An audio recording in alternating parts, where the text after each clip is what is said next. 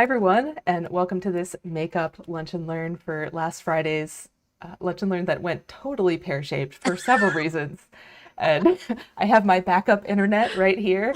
Jen has closed all of her tabs, so we are crossing our fingers and we are just going to keep on keeping on so that we can continue to provide you with these lunch and learns because we're not going to stop just because something bad happened. So we already have Brian Ames from Florida Fish and Wildlife here, and Don Spence says, "Hi, Jen." Hi, Don. So I'm not expecting a great turnout because obviously this is a very unusual time for a presentation, and I know people probably took time out of the schedule to come on Friday. But I just thank you so much for sticking with us despite the tech issues, and I promise I will do my best to make sure that doesn't happen again. So without, oh yes, I didn't put a graphic up yet, but I just want to say, our Friday Lunch and Learn is also going to be really good. It is not public, so you have to be a member to check that out. I sent an email update on yesterday about it is about how the Florida Wildflower Foundation and we are working with FDOT to preserve existing roadside habitats for native plants, and then also, the Florida Wildflower Foundation is well known for their, planting wildflowers along roadsides. So there's some new programs since the beginning of 2020 that have been going on. So I think it's going to be a really interesting presentation and stuff I need to learn more about as well, even though I'm part of the organization that's working on it. So please join us. I sent out the link and it's also on the members only Facebook group. So without further ado, here is Jen. Thank you, Valerie, for allowing me this time to talk about UCF's programs. I've been in Central Florida since 2002. I came to UCF at that time and I haven't left. I'm fortunate enough to have come through the UCF biology program here and honored to be able to continue the great work at UCF and particularly at the UCF Arboretum. So I'm going to start just by saying now, I'll give you a quick overview of what I'm going to talk about. Today, the first thing I want to talk about is the development of our fire program here on campus. And then I'm going to talk about the development of our urban forestry program, a little bit of the history of the Arboretum, and then I'm going to talk about our Learning by Leading program, which we launched in the fall of 2019. So maps like this are probably familiar to most of you. If you live in Florida, it doesn't take much convincing to understand the impact of lightning in the state. We're all familiar with the summertime thunderstorms that make our work week commutes treacherous at times.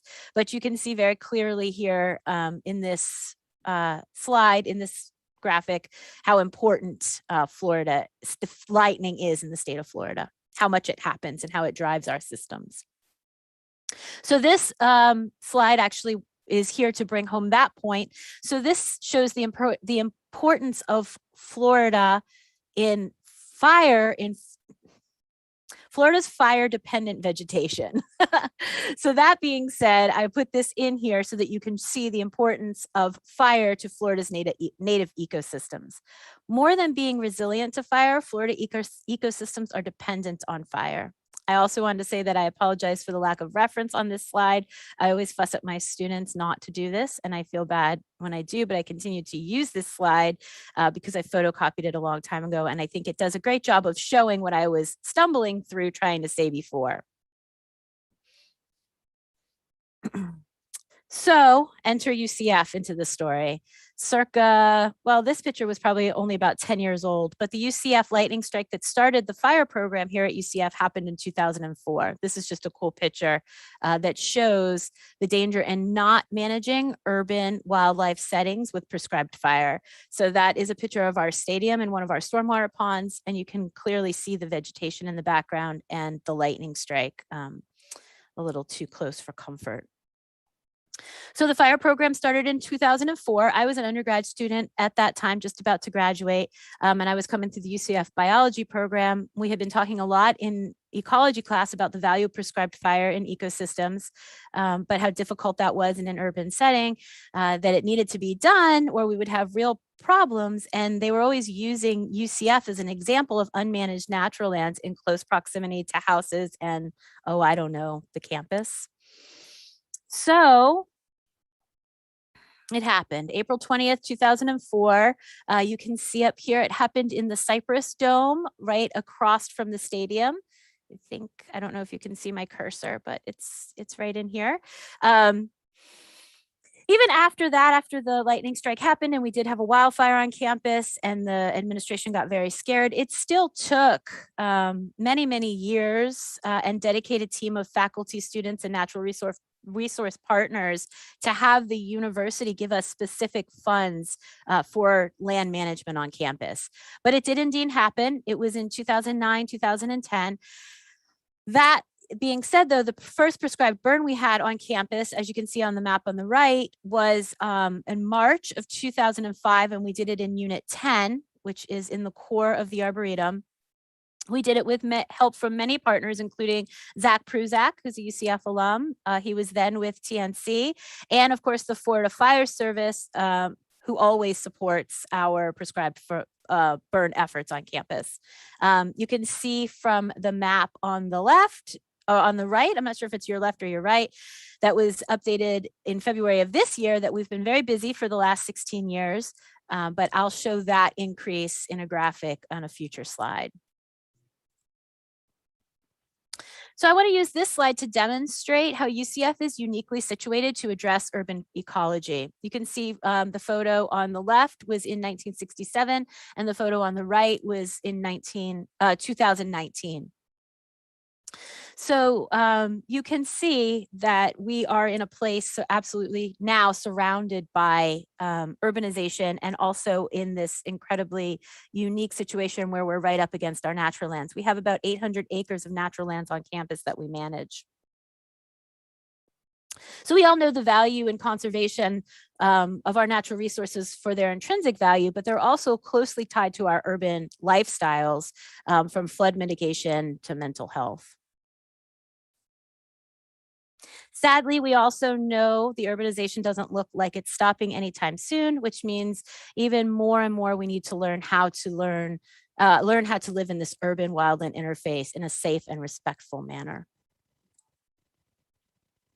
So we also understand our connection to the existing natural lands in this area, and we've worked successfully to build strong relationships with our fellow local and state partners addressing these shared issues and responsibilities. We also understand our access to and responsibility in training the next generation of natural resource managers and stewards. It's one of my favorite pictures. We love calling them the intrepid pioneers burning in the wild and urban interface. We take this all very seriously, and as you can see from these photographs, we're literally burning right up against people's houses. And it's taken many years and community trust building to get to where we are now. And because of that investment, it's allowing us to expand the possibilities into the future. So one of the reasons that we were able to do it and get to the point that we're out now is because we understand when we first started, we had been the campus had been fire suppressed for a very long time. And so it took a tremendous amount of effort to do those first winter burns, which allowed us to do fuel load reduction. And that's what's allowing us to now get into the spring and summer burns, which are the ones that are best for biodiversity. So this picture, I put this in here so you can see the incredible increase in burning in intervals of 5-year periods. So when we first started, we were burning about 100 acres, and now, we're burning almost half of the natural lands that we have on campus. Because of that, we've seen incredible biological responses to that. And that indicates to us that these natural lands do have the seed bank that's there. And so with our continued efforts to put the right fire in the right places at the right time to protect our campus and our ecosystems, we can continue to advance this kind of work. These are just some of the pictures depicting the importance of fire on campus. That's one of my favorite pictures that was taken in October. My back is to the campus, so it's out looking towards the houses, but that's really the look that we're going for. And to have had the pleasure of being able to watch that happen over the last 15 years is just really incredible. I remember when there were stands of 12-foot palmetto in those areas, and to be able to look back at them and see the wildflowers coming up is really a testament to the hard work that a lot of people have put into this program. Of course, we wouldn't be able to do it without our partners. So I have this slide in here because we are part of an MOU, and that MOU really has allowed us to make huge advances.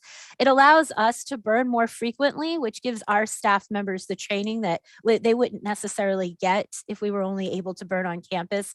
We burn in incredibly strict prescriptions, of course, because we're burning in this very complex urban interface. And so our opportunity to burn here on campus is very small. So then when the time did come for us to be able to burn, a lot of our team members would sometimes not, we would be less confident. But this partnership has allowed us to be able to go out and burn with some of those state agencies that are able to burn larger tracts of land and get fire on the ground more often. And so it builds confidence in our team. It also allows us to burn on campus more because we have the support from those surrounding teams. So that really has been a huge advancement in our fire program and our ability to expand this out and get more accomplished here on campus. So because of all of that, we are now working into something that's also very important to us, and that's the training aspect of it. So I can tell you honestly, I didn't know that I would ever see the day that we were able to host trainings like this on campus. But really, because of these partnerships that we've built and our success that we've had in this unique opportunity to burn in this urban interface, we've really been able to advance our student opportunities as well. So in the spring of 2020, right before COVID, it was the last fun thing that we did before the world shut down. We hosted a training for about 20 students. 10 of them were UCF students, and the other 10 came from agencies in the surrounding area. So we hosted the S130-190, is the basic wildland firefighter training. And it was just a great opportunity for our students to then get involved and get that kind of training. And then also that expands our pool of people to call from when we do our campus burns. So now these students are trained. They're going out with a training that they may not necessarily have had. They provide us staff time when we are able to burn and increase the number of people that we have to burn on campus. And that experience then gives them burns under their belt. So when they go to get their jobs, they can say, not only do I have this training, I have experience in burning in this urban interface. So it's really great for everybody. Then COVID happened. And then in the summer of 2002, though, we were able to work with UF to do a virtual training of the classroom portion. And then we hosted 11 students here for the field day to get their hands-on training. And again, we worked with other local agencies to put that on. We wouldn't be able to do it without those partners and to train their people as well. So the impact is huge. So the next thing that I want to talk about that gives us an advantage is our UCF Urban Forestry program. This also is another tie to urban ecology, and I think that it's something that's really important because we know that land management is important. We all understand conservation for its intrinsic value. We understand that we have to manage these natural lands in these urban settings.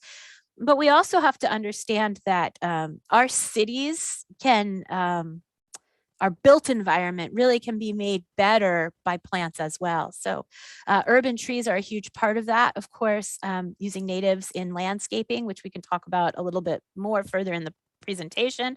But it just really gets me excited because UCF has an opportunity to do all of these things. We really are like a little city, and we have all of these agencies here on campus and all of these great faculty and staff members that are doing this work. And then to be able to have the student pool to tie those things together, I think is incredibly powerful. So we'll talk about that more later too. Back to the urban forestry program.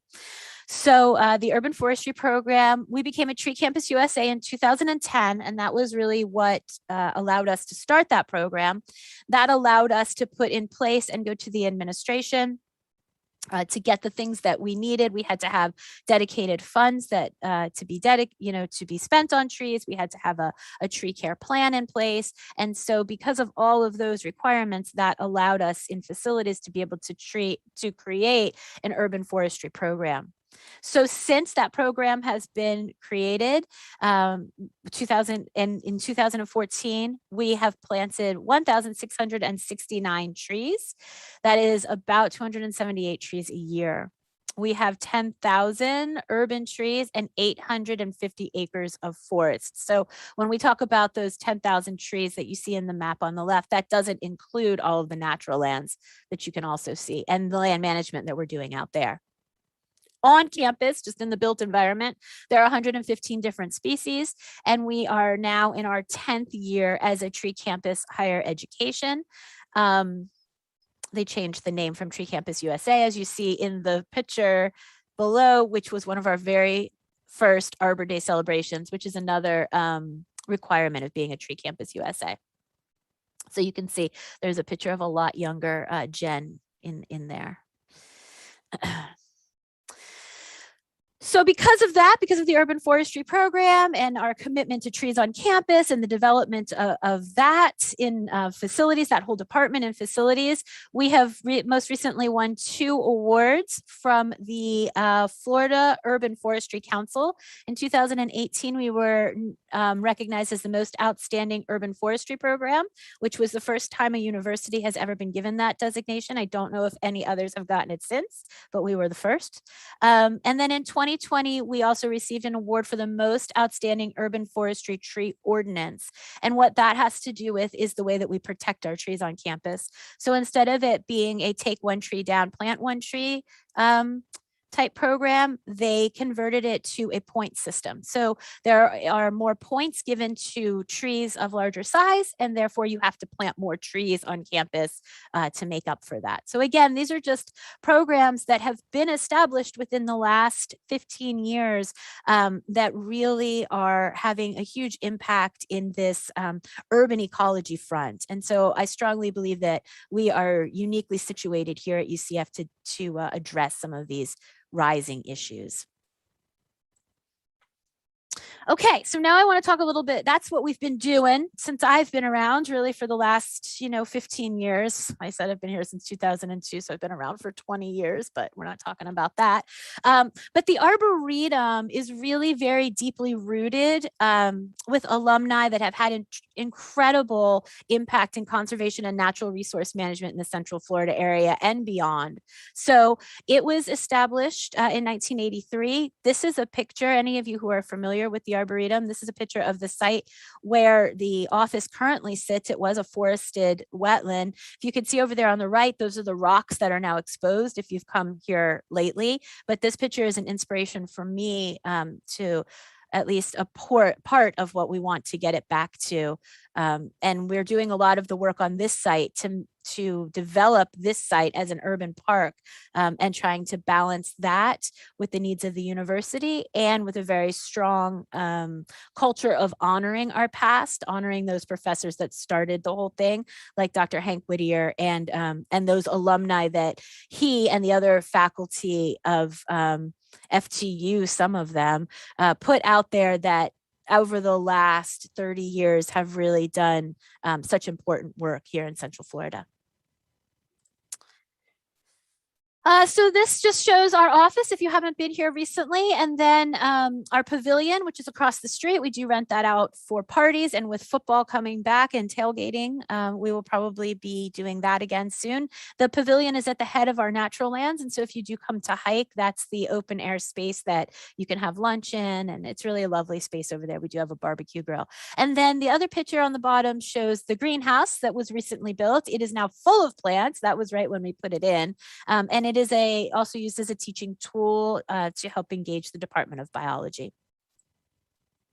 So I want to talk a little bit about how we bring all of this together, and that really is the role of the Arboretum. So the natural resources and the landscape side, the land management, urban forestry really is our natural resources section. And then of course our campus landscapes are a whole nother part of that. Those two portions are really on the facilities side.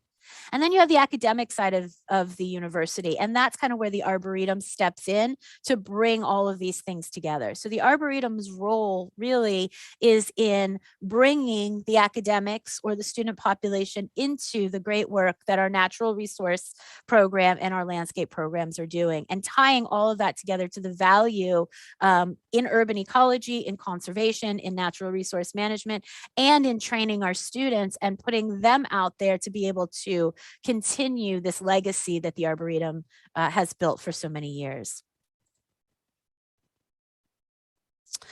So our mission, I feel like I skipped a slide. Okay, no, sorry. So our mission here is to cultivate, celebrate, and communicate the value of plants, ecosystems, and biodiversity to human well-being. Very straightforward. That's what we're trying to do. So how do we do it? Well, we cultivate in these ways. So we have plant sciences tracks. We engage in public horticulture.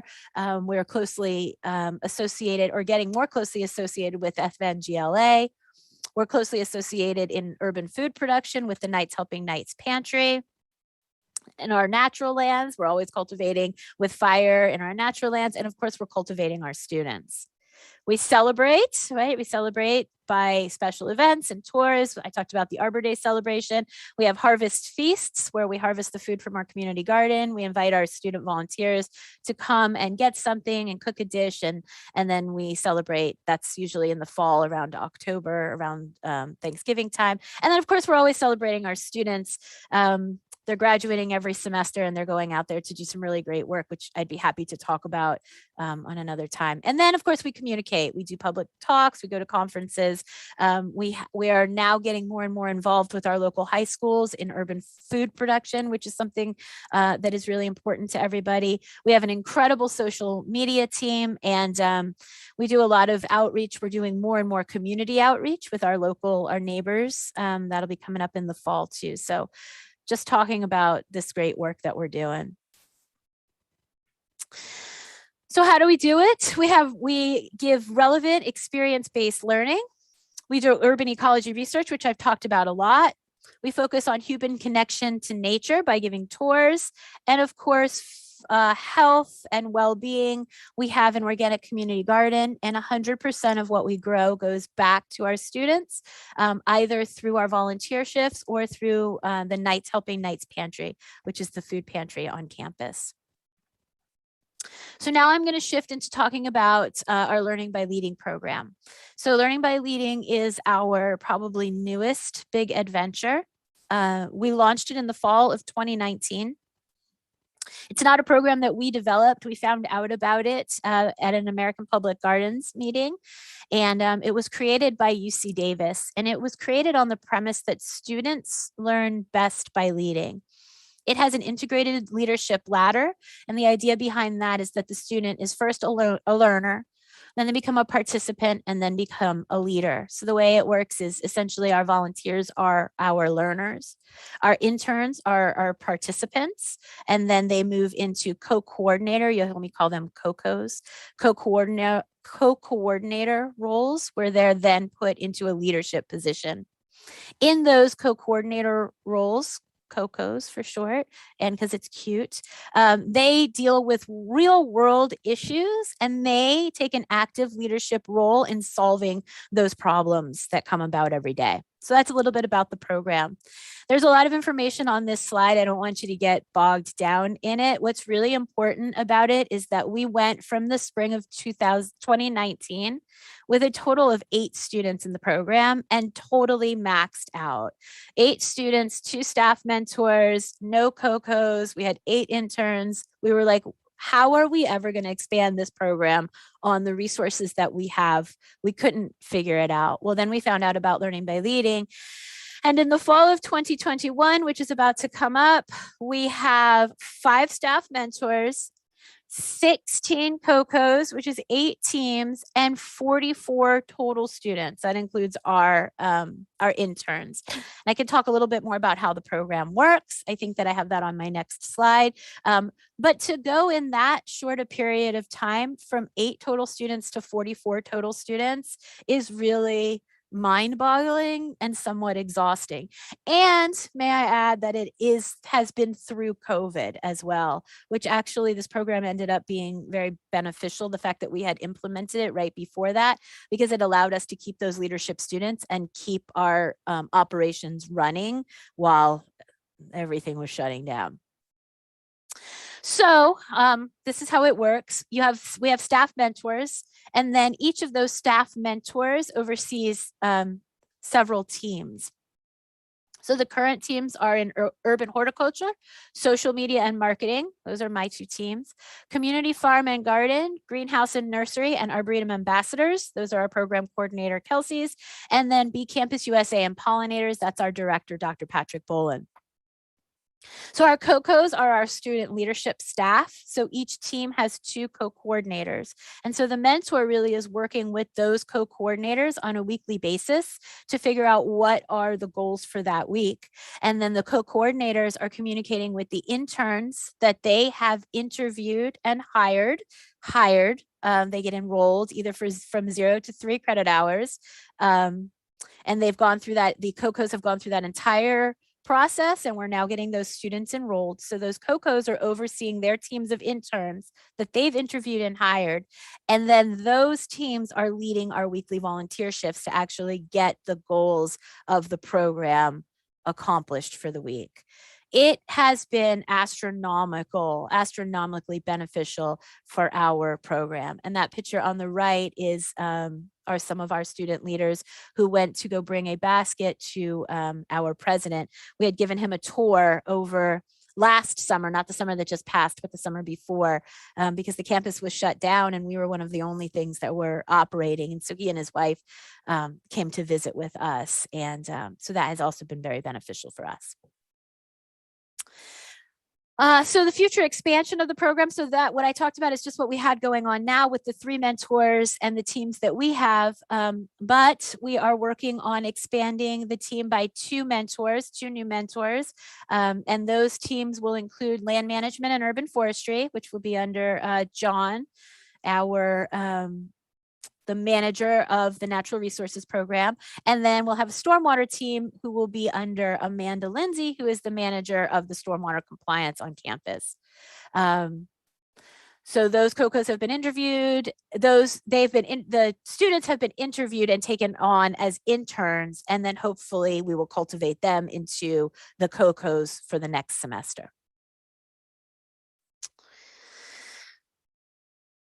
So that's the L by L program. And that really has allowed us to dramatically increase the number of students that we're serving. So another program that I want to talk about that we have going on here is creating a pipeline into this undergraduate program.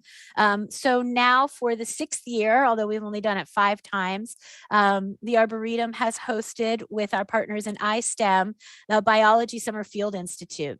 So the Field Institute is for rising high school juniors and seniors. It was developed from the Urban Ecological Field Studies course that we teach in the spring, not in the fall. And essentially in that class, what we do is we have 20 students. They're broken up into 4 teams, and they're overseen by a mentor, and they ask a question on campus, design an experiment, and spend the entire semester conducting that research. Actually, our class last semester just recently presented at the Florida Native Plant Society conference that just passed with great success, I might. So thank you, Valerie, for that as well. Thank you for FNPS for allowing them to have a place to present that.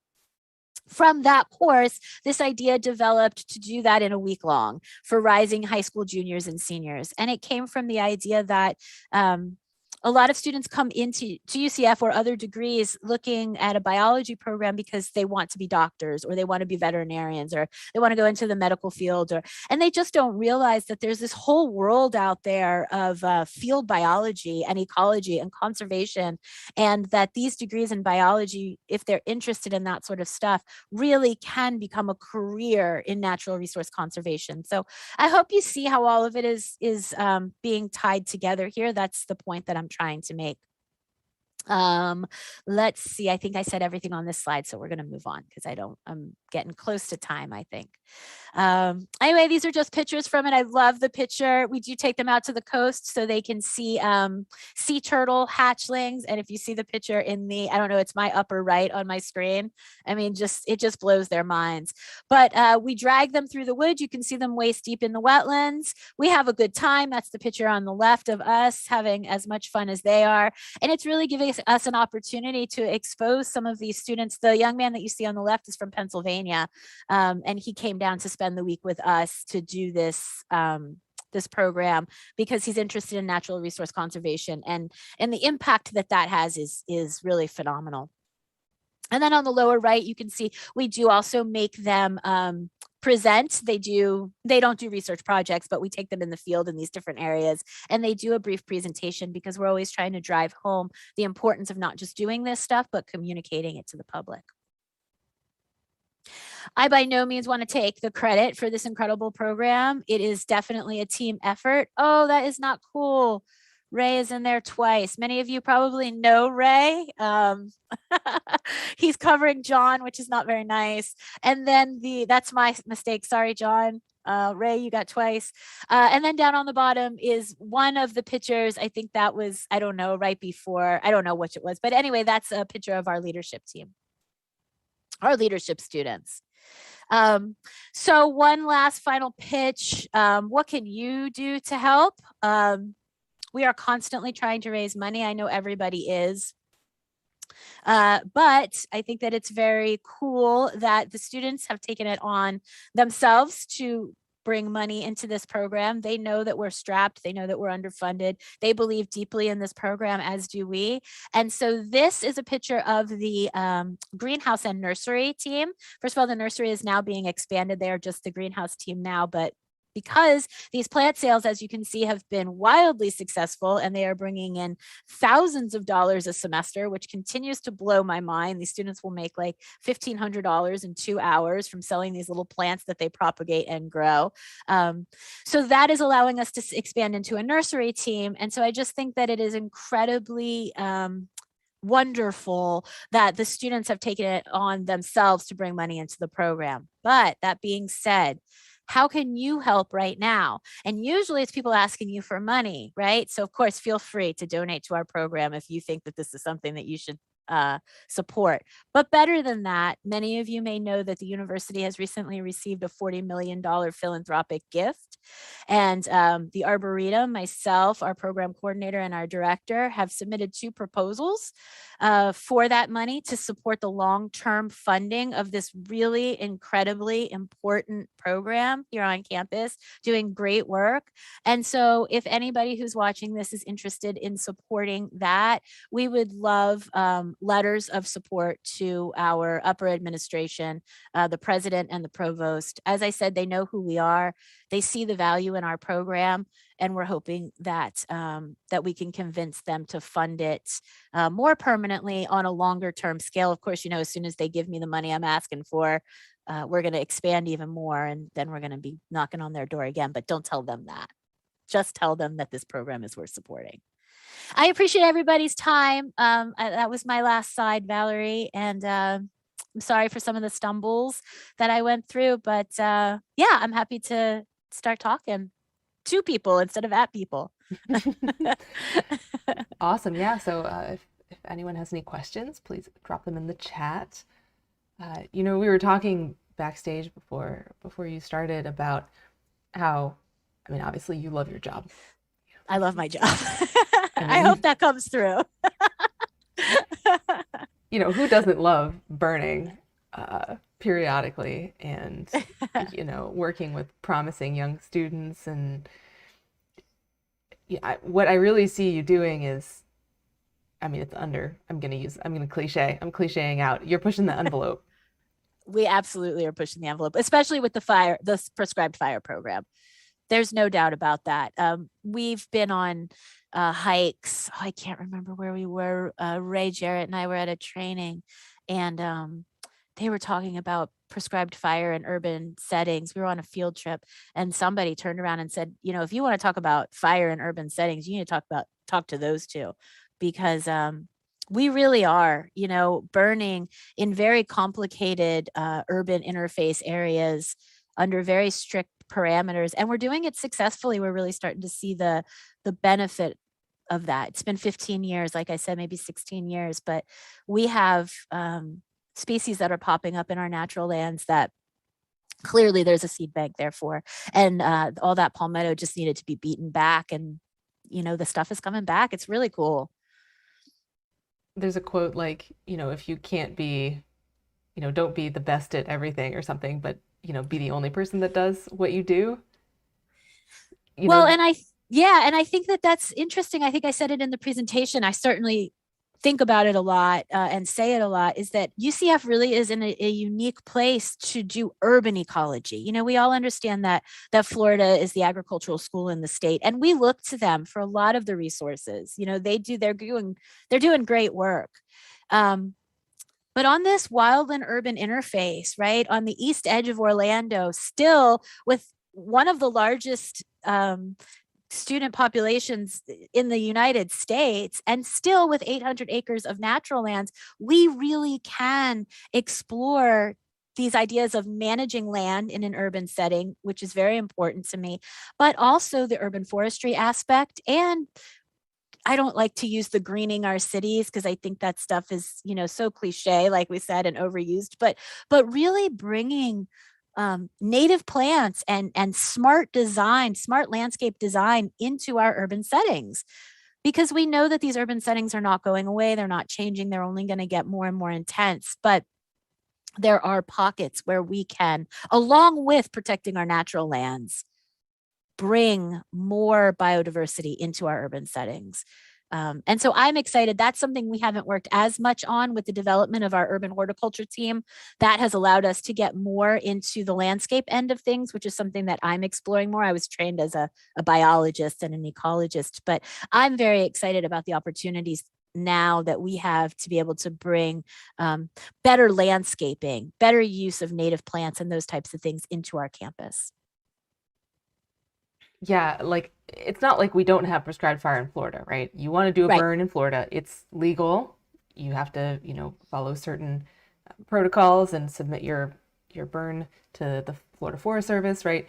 And agencies have been burning natural lands for a long time, but if anybody remembers the fires of '98, which Mm-hmm. I was young when those went through, and I had to evacuate, and Mm-hmm. I remember seeing fires jumping 95, and all that private land that hadn't been burned for 25 Right. years. This it's just really, the pipeline for people who are burning is very small, people who are Yes. skilled burners, and they're all going to agencies and nonprofits. And just like we had the North Florida Prescribed Burn Council, a North Florida Prescribed Burn Association at our conference, is that just like you guys, they are burning more than what would be burned otherwise.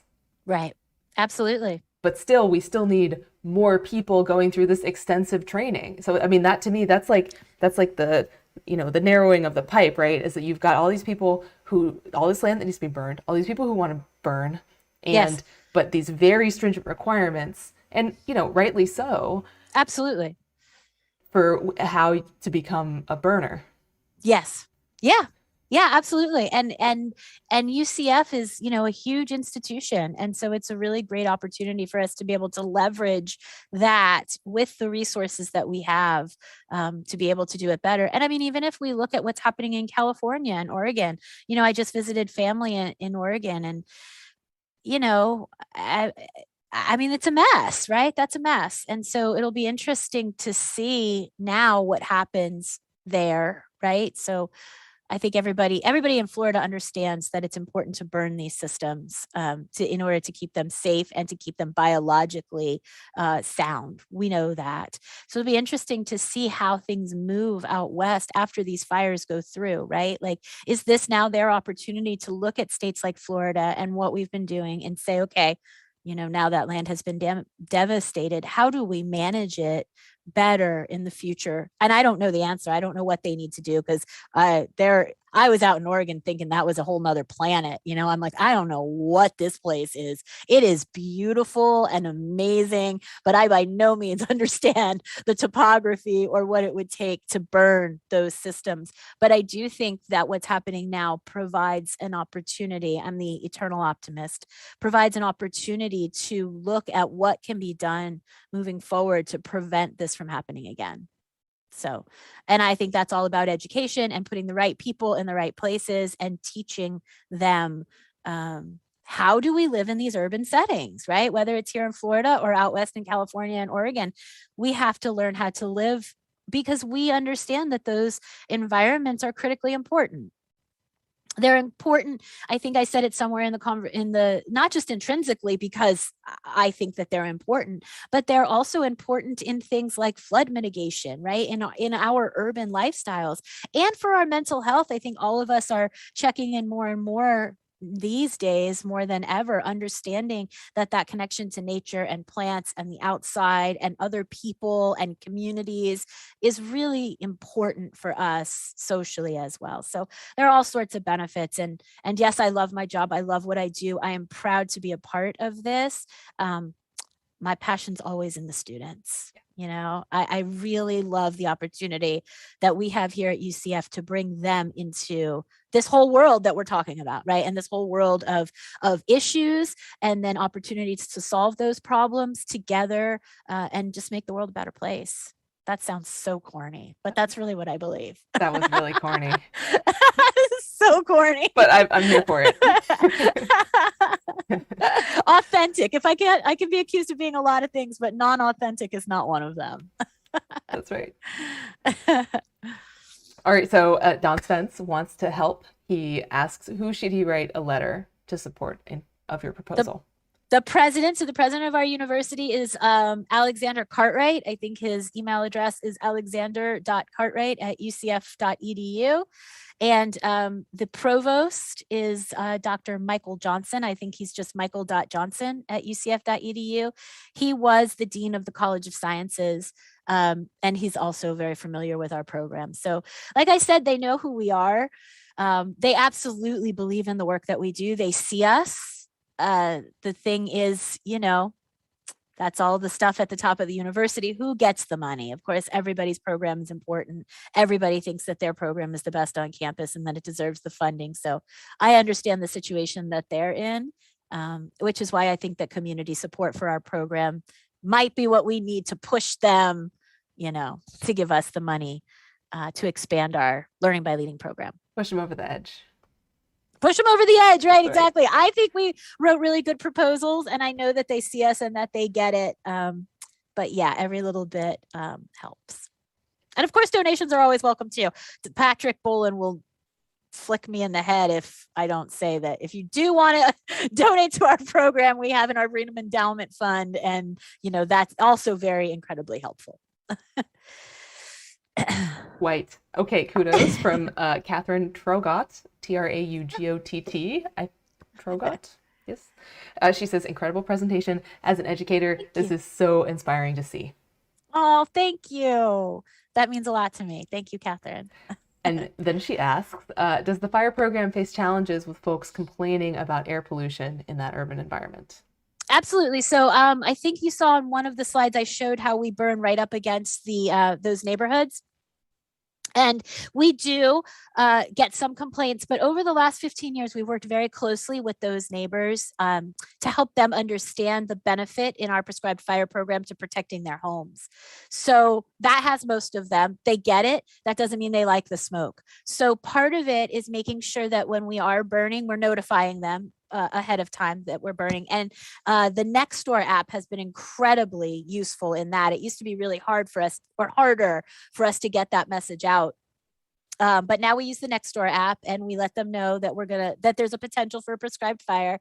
And then of course, always being respectful and making sure that we've got the right dispersion so that the smoke lifts as much as possible. We usually get the complaints the next morning because what happens is the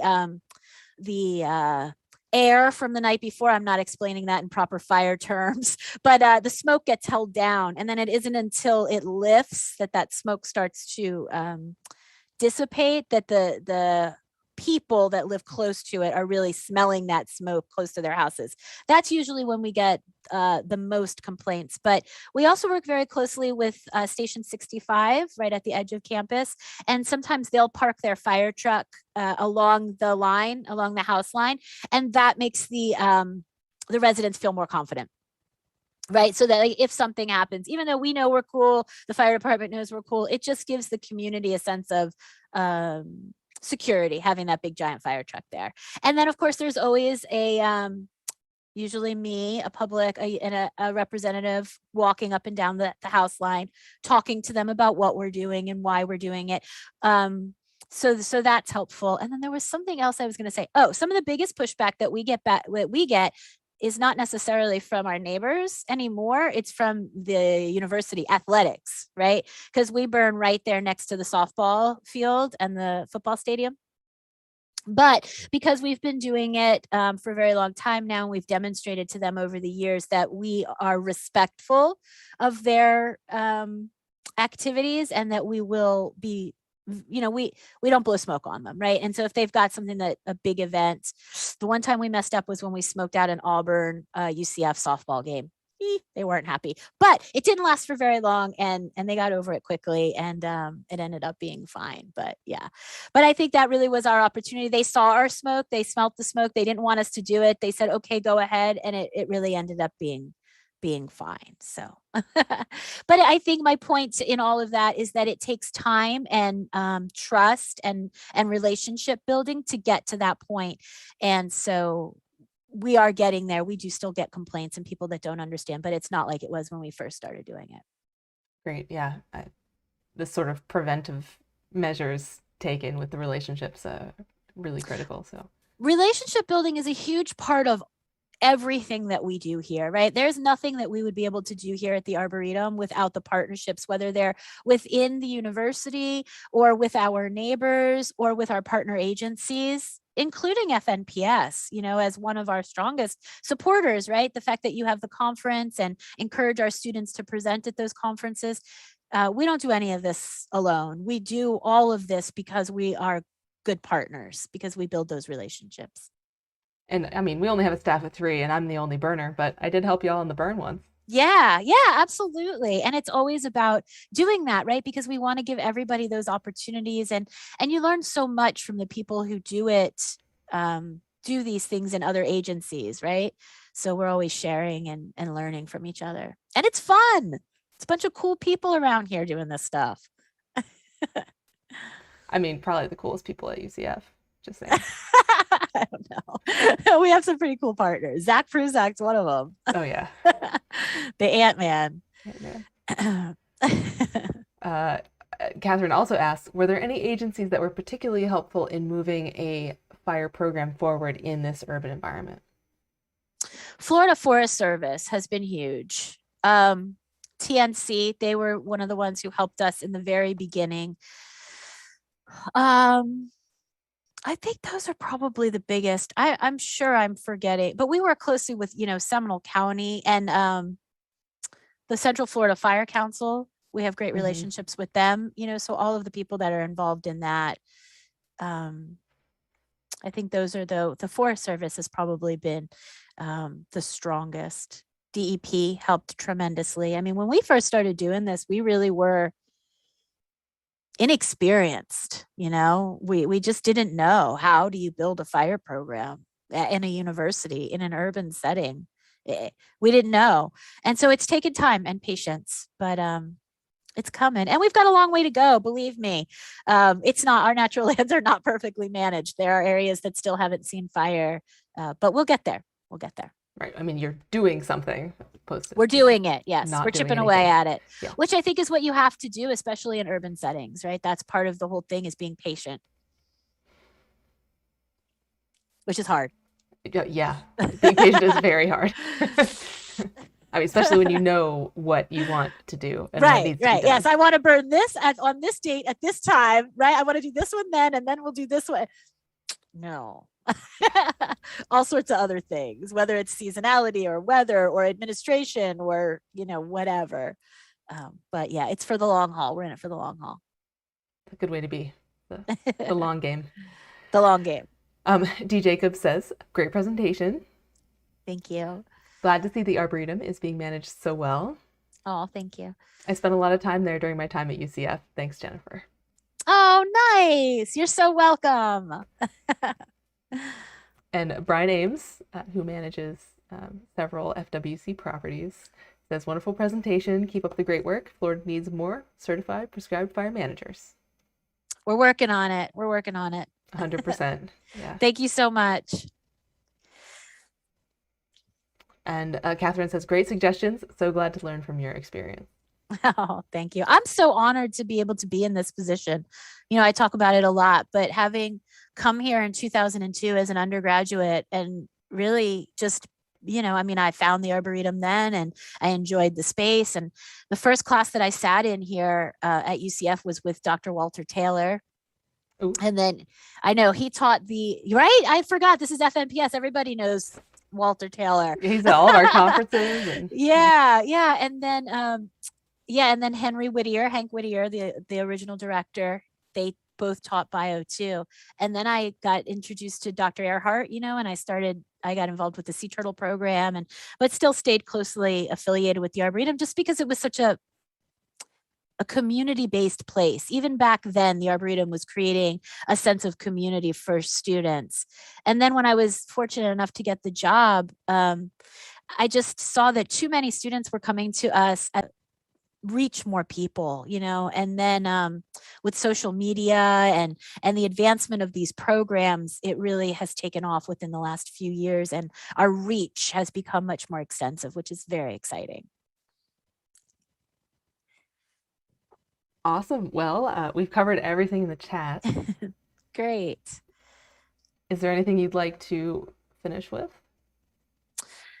No, I just want to say thank you. Thank you for asking me to come. Thank you for letting me talk about it. I think that this program is impactful and powerful, and we need all the support that we can get. We really want to just keep doing it and keep growing. I think many of you know that we work out of a trailer.